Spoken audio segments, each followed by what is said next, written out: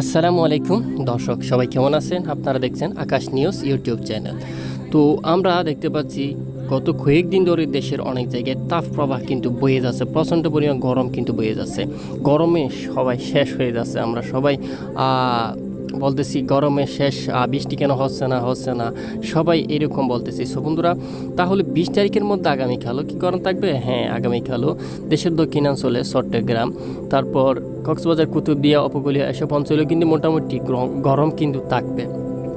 So তারপর আমরা দেখতে পাচ্ছি কালাপাড়া, বরিশাল এসব অঞ্চলে গরম কিছুটা কম থাকলেও দেশের উত্তরাঞ্চল রাজশাহী, তারপর মেহেরপুর, এই যে আপনারা দেখতে পাচ্ছেন কালাই, তারপর রংপুর এসব অঞ্চলে, ময়মনসিংহ এসব অঞ্চলে মোটামুটি গরম কিন্তু 20 তারিখে কিন্তু থাকবে। সো বন্ধুরা, 21 তারিখ যদি আমরা যাই তাহলে 21 তারিখের মধ্যে কিন্তু এসব অঞ্চলে মোটামুটি গরম কিন্তু থাকবে। সো বন্ধুরা, 22 তারিখ থেকে 24 তারিখ থেকে গরম কিন্তু কমে আসবে। সো বন্ধুরা, এই যে আপনারা দেখতে পাচ্ছেন গরম কিন্তু কমে আসবে। কলকাতাও কিন্তু তেমন ভয়াবহ তাপমাত্রা কিন্তু থাকবে না। সো বন্ধুরা, বৃষ্টি আমরা দেখব 22 তারিখ থেকে দেশের দক্ষিণাঞ্চলের কিছু কিছু জায়গায় বৃষ্টি কিন্তু ঢুকে পড়বে। তো সাগরে একটা লঘুচাপ সৃষ্টি হওয়ার কারণে দেশের দক্ষিণাঞ্চলে অনেক জায়গায় বৃষ্টি হওয়ার সম্ভাবনা থাকছে।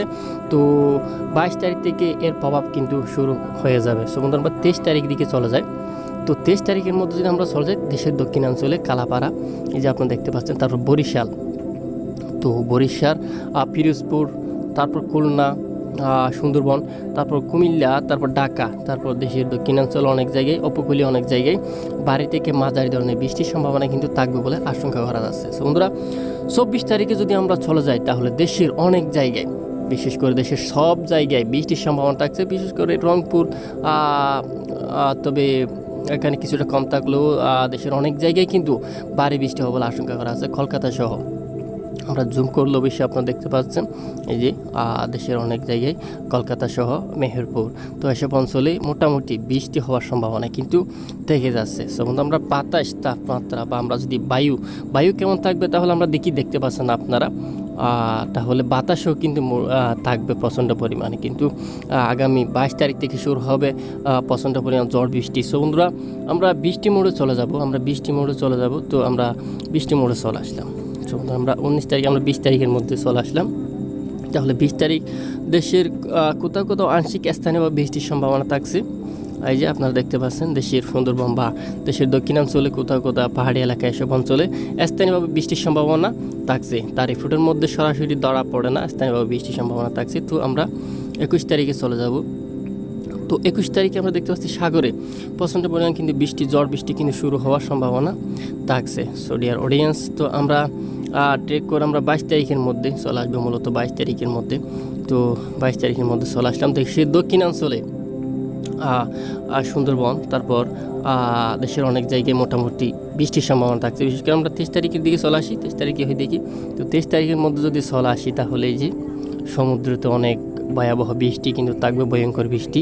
তারপর বরিশাল, পিরোজপুর, খুলনা এসব অঞ্চলে, মাদারীপুর, তো এসব অঞ্চলে ভারী বৃষ্টি থাকবে। যশোর সহ ফরিদপুর, তারপর ঢাকা, তো এসব অঞ্চলে মোটামুটি ভারী বৃষ্টি হওয়ার আশঙ্কা করা যাচ্ছে। সো বন্ধুরা, তো আর একটু ট্রেক করে চলে আসি, তাহলে দেখতে পাচ্ছেন বৃষ্টি কিন্তু থেকেই যাচ্ছে।